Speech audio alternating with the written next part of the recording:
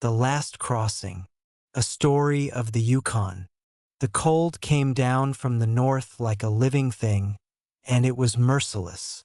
It was not the cold of autumn, which a man might shrug off with a good blanket and a fire of spruce boughs. This was the cold of deep January, the cold that split green wood and froze the mercury solid in the glass, the cold that pressed against a man's lungs with every breath as though it meant to crystallize the life within him. It was 60 below in the Yukon, and Pete Larsen was dying. He knew it with the same certainty that he knew the river ice beneath his moccasins. Knew it in the way a man knows a thing that has moved beyond fear and into the territory of plain fact. He had perhaps 4 hours of daylight left, perhaps 3. The spruce forest closed around him on all sides, the trees standing dark and rigid as sentinels. Their limbs weighted with snow that had not fallen in days but simply accumulated from the frozen mist. The sky above was a pale yellow-white, the color of old bone, and the sun rode it like a dim lantern, giving light without warmth, a cosmic deception. His feet had stopped hurting an hour ago, and that troubled him more than any pain could have. A man feels his feet. A man alive feels his feet. When they go silent, they are going away from him, retreating into the numb country from which there is no return without fire and warmth and time. And Pete Larsen had no fire. His matches had gone into the Yukon River with his pack at the crossing, when the ice had buckled and given way beneath him and swallowed everything he carried except his life, and even that it had tried to keep. He walked because to stop was to die. This he understood with a primitive clarity that cut through all the foggy edges of his exhaustion. He was soaked to the waist where he had broken through, and though the cold had frozen his outer garments into a shell of ice that rattled and cracked as he moved, the inner layers were still damp against his skin, leaching the warmth from his body with patient efficiency. He could feel his core cooling degree by degree, the slow arithmetic of death working its equation. Somewhere ahead, perhaps 3 miles, perhaps 5, was the cabin of a man named Hendricks. Pete had been to the cabin once, in summer, when 3 miles was nothing, a pleasant walk through a country alive with birdsong and the smell of wildflowers. 3 miles in January at 60 below, wet and matchless and tired, was a different proposition entirely. He found the trail by instinct more than sight, for it was nearly indistinguishable from the surrounding forest floor, a slight depression in the snow that went through the spruce like a pale suggestion. He kept his eyes moving, watching for the markers he remembered. A blaze on a birch tree, a particular bend in the frozen creek, a ridge of granite that jutted from the hillside like a broken jaw. These things he kept before him as a man keeps a torch before him in a dark place, not for their warmth but for the direction they gave. The cold worked at him. It was not merely temperature. It was agency, intention, the ancient hostility of a land that had never accommodated itself to the presence of men and saw no reason to begin. The Yukon did not hate men. It was more absolute than hatred. It was simply indifferent, and indifference on that scale was more crushing than any malice. A man might argue with an enemy, might find some purchase in opposition. Against indifference there was nothing to grip. Pete Larsen was 34 years old, born in Minnesota, come north 8 years ago with the same fever that had brought thousands before him. He had not found gold in any quantity worth the name, but he had found something he valued more and could not have named precisely. A life stripped of everything unnecessary, a daily confrontation with the actual, a sense that he was earning each day with the labor of his body and the alertness of his mind.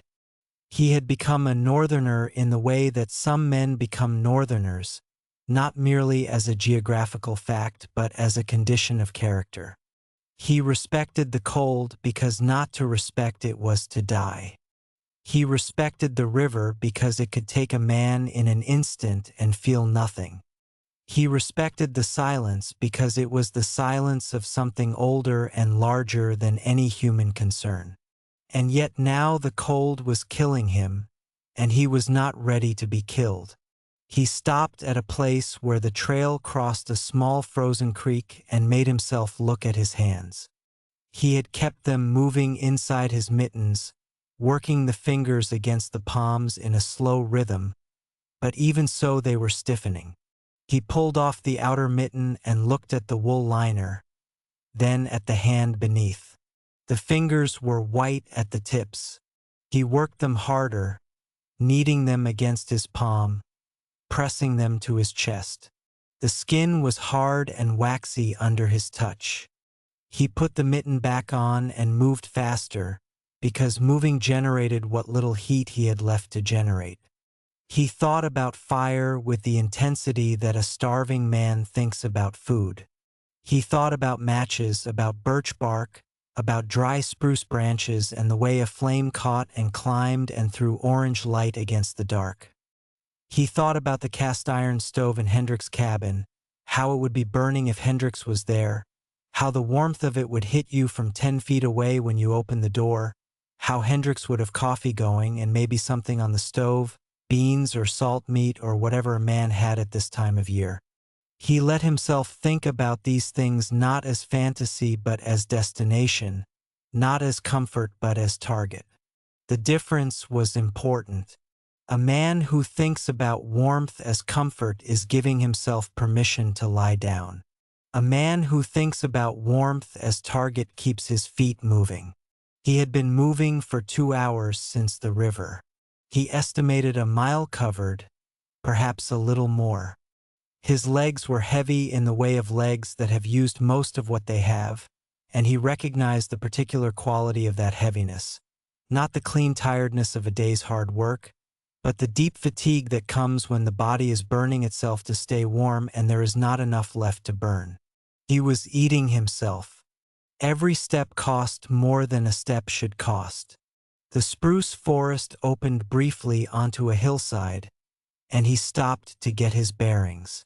From here he could see a long stretch of the valley, the frozen river a pale stripe through the trees below, the mountains beyond it rising into the white sky. He looked for smoke. Smoke from a chimney would be visible for miles in air this still and cold. He saw nothing. Either Hendrix was not home, or Hendrik's fire had gone out, or Pete was not yet close enough to see it.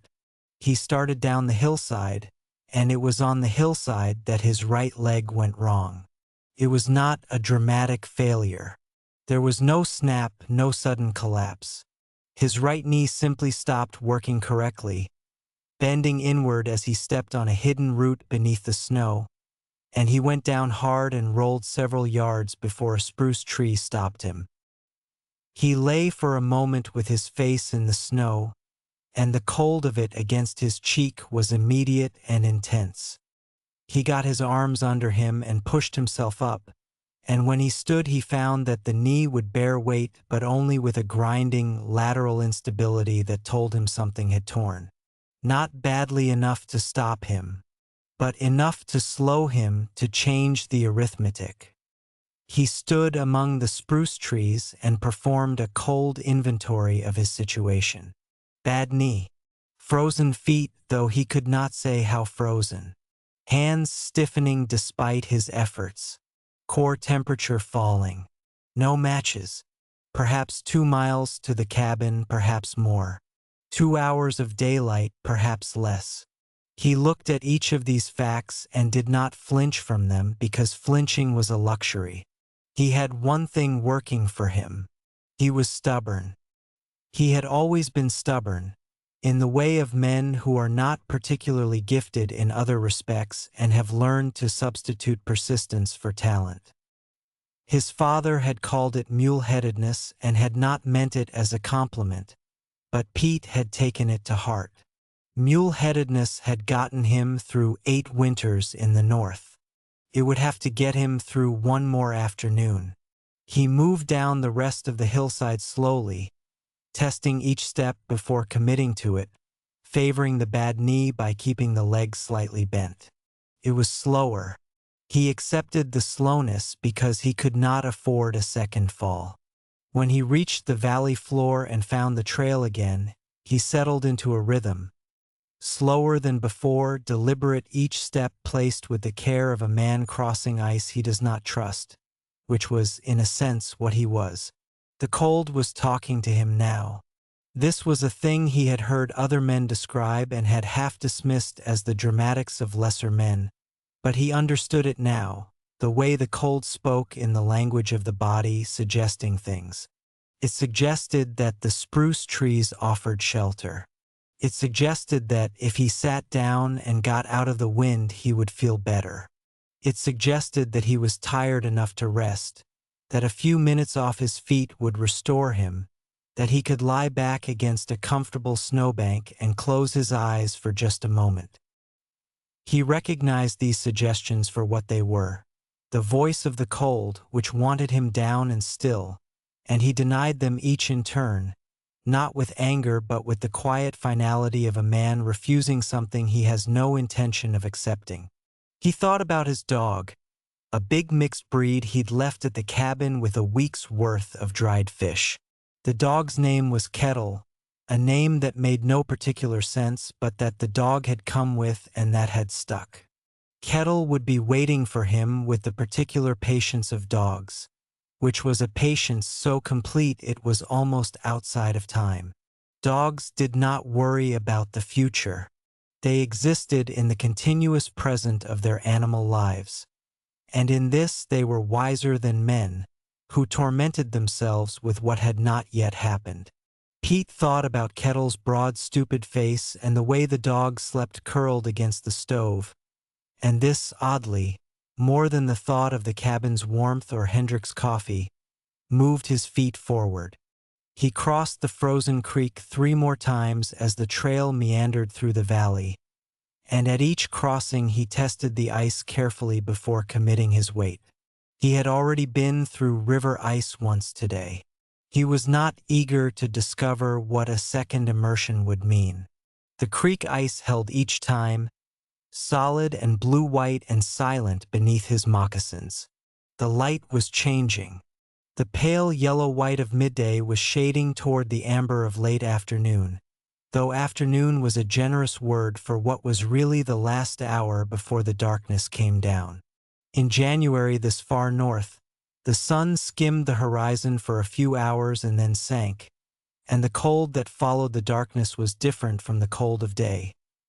Deeper, more settled, as though the absence of light gave the temperature permission to drop further. Pete did not want to be in the open when that darkness came.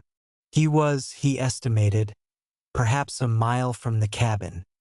His estimate was based on his memory of the summer walk and the landmarks he'd been tracking, but he was aware that his mind was not entirely reliable. The cold did things to thought. Not quickly, not the way it did things to hands and feet, but gradually eroding the edges of cognition, slowing the connections between idea and action, making simple calculations require more effort than they should. He had to be careful about this. A man who could not think clearly could not make the right decisions, and in the north, the wrong decision was often the last one. He was trying to remember whether the cabin was on the right or left side of the trail when he saw the smoke. It was a thin column, barely visible against the white sky, rising from a point in the trees perhaps half a mile ahead and slightly to the right.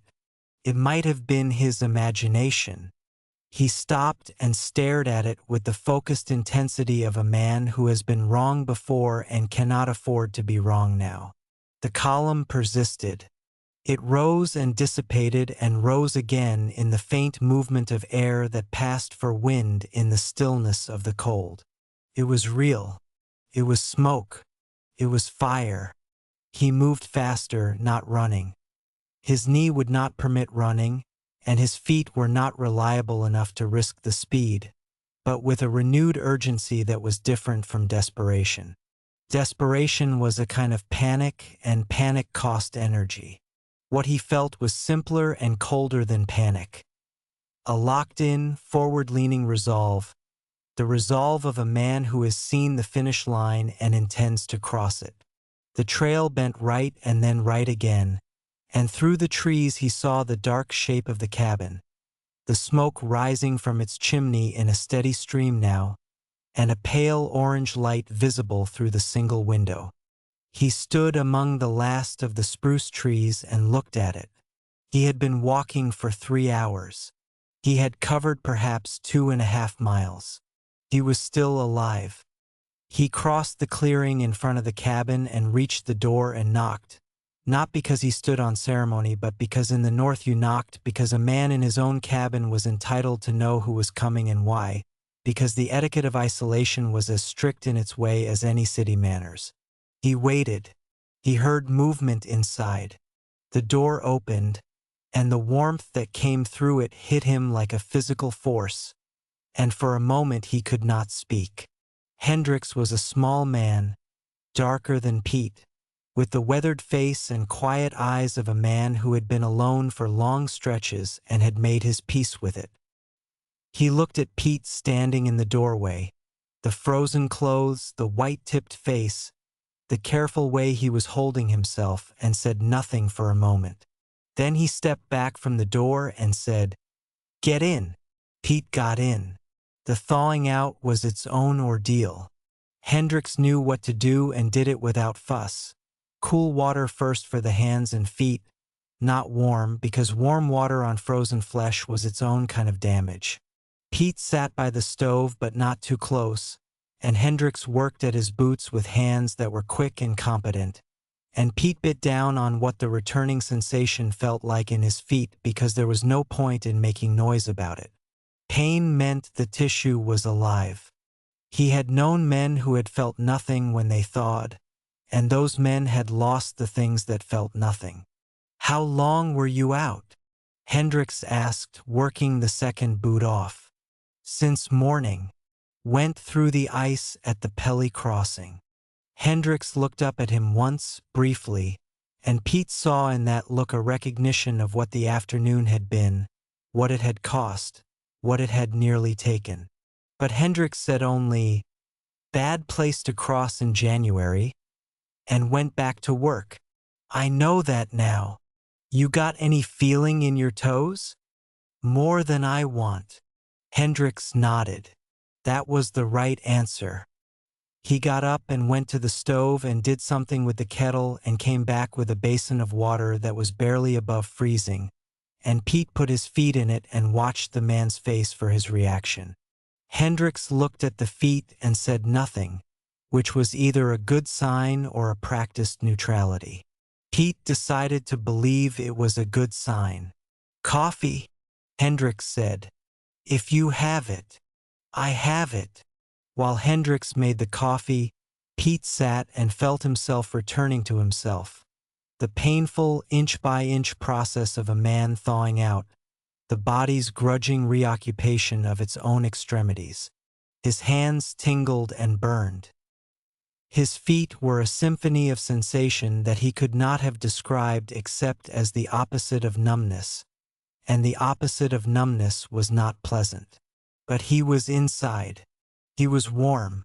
The stove threw its orange heat across the small room, and the coffee smell was coming from the pot on the burner, and outside the darkness was settling into the valley, and the cold was dropping further, and it was doing all of this without him. Hendricks handed him a tin cup and sat across from him on a low stool and said, "You look like you came close." "Close enough," Pete said. They sat in the silence that men in the North are comfortable with, the silence that is not empty but full of the things two people know about each other without having to say them. Outside, the wind had come up, a low, steady sound in the spruce trees, the voice of the cold moving through the country, and the cabin creaked once and settled. The lamp on the table threw a yellow circle of light. Beyond the window, the darkness was complete. I'll head back in the morning, Pete said. If I can borrow some matches. You'll stay 2 days, Hendricks said. Your feet need 2 days before you walk on them seriously. Pete looked at his feet and knew the man was right. The toes on his right foot were an unhappy color. He had gotten lucky, but luck had its limits, and pushing those feet back onto a trail tomorrow would be the kind of stupidity he could not afford. 2 days, he agreed. Hendricks got up and went to the stove and stirred whatever was in the pot, and the smell of it came across the room. Beans, salt pork, something else he couldn't identify, and Pete felt the specific hunger of a man who has spent his body down to its last reserves. He had not eaten since morning. He had spent 3 hours burning everything he had to stay alive. Eat something, Hendricks said, and it was not a question. Pete ate. He ate with the focused attention of a man eating not for pleasure but for fuel, eating to reload what the cold had spent. The beans were simple and good, and he ate 2 bowls of them and broke hardtack into the second bowl and ate that too and drank 2 cups of coffee and felt, by increments, the machinery of his body resetting, the furnace of his metabolism taking on new material and beginning again to run. After he'd eaten, he sat back and let the warmth of the stove and the food and the coffee settle over him, and he looked at the walls of the cabin, the shelves of tins and tools, the gear hanging on its pegs, the small pile of books on the low table that told you something about Hendricks that Hendricks would not have told you himself. And he thought about the afternoon, running it back like a man reviewing a near accident to understand what had gone wrong and what had gone right. What had gone wrong? He had trusted ice that did not deserve trust. He had been in a hurry, crossing the Pelly at a point he should not have crossed because he was behind schedule and impatient, because impatience was a habit he had never entirely broken. He had paid for impatience with his pack and nearly with his life. What had gone right, he had kept moving. He had not listened to the cold when it suggested he stop. He had kept the cabin in his mind as a target, not a fantasy, and he had moved toward it 1 step at a time, even when the steps were slow and painful and insufficient feeling. He had been cold enough to die and had declined to die, and there was something in that simple declining that felt like the most important thing he knew about himself. The North was always teaching. It taught without mercy and without explanation, and you took from the lessons what you could and the rest of it you buried, because a man who dwelt too long on what the North had nearly done to him would be paralyzed by it. You acknowledged the lesson. You did not forget the ice crossing. And then you went on, because going on was the only option that led anywhere. What day is it? He asked Hendricks. Hendricks considered. Thursday, I think. Maybe Friday. In the South, people kept careful track of days. They had to, because the days were full of obligations, of hours and appointments and the scheduled movements of 1,000 interdependent lives. Up here, the day of the week was an abstraction, a courtesy to the calendar, not a lived reality. What mattered was the weather and the light and the state of the trail and the contents of the cache. Thursday or Friday made no difference to the Yukon. He slept that night on Hendricks' spare bunk, under 2 blankets and a caribou hide, and he slept in the absolute way of men who have been near death and have moved away from it again, the deep, remedial sleep of a body reassembling itself. He did not dream, or if he dreamed, he did not remember it. He woke once in the night to hear the wind and the creak of the cabin and the settling of the stove as it cooled, and he lay for a moment in the darkness listening to it all, and then he went back down into sleep. He stayed 2 days, as Hendricks had said. On the second afternoon, when the light was at its brief best and the thermometer on the outside wall read -48, they went out together and cut wood for an hour, working in the efficient silence of men who know what they are doing and do not need to narrate it. The work was good. Pete's feet ached in the cold, but they were sound, the tissue alive and complaining, which was what you wanted. His knee had settled into a dull, manageable pain that he thought would ease over the coming weeks. On the morning of the third day, he borrowed matches and a small amount of hardtack and dried fish from Hendricks, who gave them without accounting and without discussion, in the way of the North, where such things were understood to balance out over time, where a man who helped his neighbor was not performing a transaction but participating in the basic economics of survival in a place that required cooperation to live in at all. "Watch the ice at Pelly," Hendricks said, as Pete shouldered his borrowed pack. "I'll go upstream. Better crossing. Half-mile upstream there's a gravel bar. Ice is solid there." "I know it," Pete said. He had known it, of course. He had simply not taken it on the way out because he had been in a hurry. He would not be in a hurry on the way back. They did not shake hands. They nodded, which was sufficient. Pete turned and walked out into the cold, which received him with its usual impassivity, and the trail opened before him in the white morning light, winding through the spruce back toward the river and the long country beyond it and the cabin where Kettle was waiting with the patient, time-free waiting of dogs. The cold was 50 below. The air was still and glittering with ice crystals, and his breath plunged before him in white clouds and his footsteps were loud in the silence. The spruce trees stood in their dark ranks on either side of the trail, holding their snow, and above them the sky was that pale northern blue that appeared only in the coldest weather, a blue so pure and so cold it seemed to belong to a different order of things than the blue of warmer skies. He walked and the cold was cold and the country was the country, vast and old and indifferent, and he was a man in it, small and persistent, his breath making its small white mark on the air and disappearing. He had been near death and was walking away from it, one step at a time, toward a cabin and a dog and the ongoing, provisional, earned life of a man in the North. This was what he had come for 8 years ago. This was what he had found. Not gold, not ease, not the comfortable accommodations of a more forgiving place, but this, the daily knowledge that he was alive because he had chosen to be, because he had kept moving when it would have been easier to stop, because he had, in the most essential way, refused. The river came into view through the trees, a pale, broad avenue between the dark banks, and he turned upstream toward the gravel bar crossing, and the cold pressed against him from all sides, and he walked into it.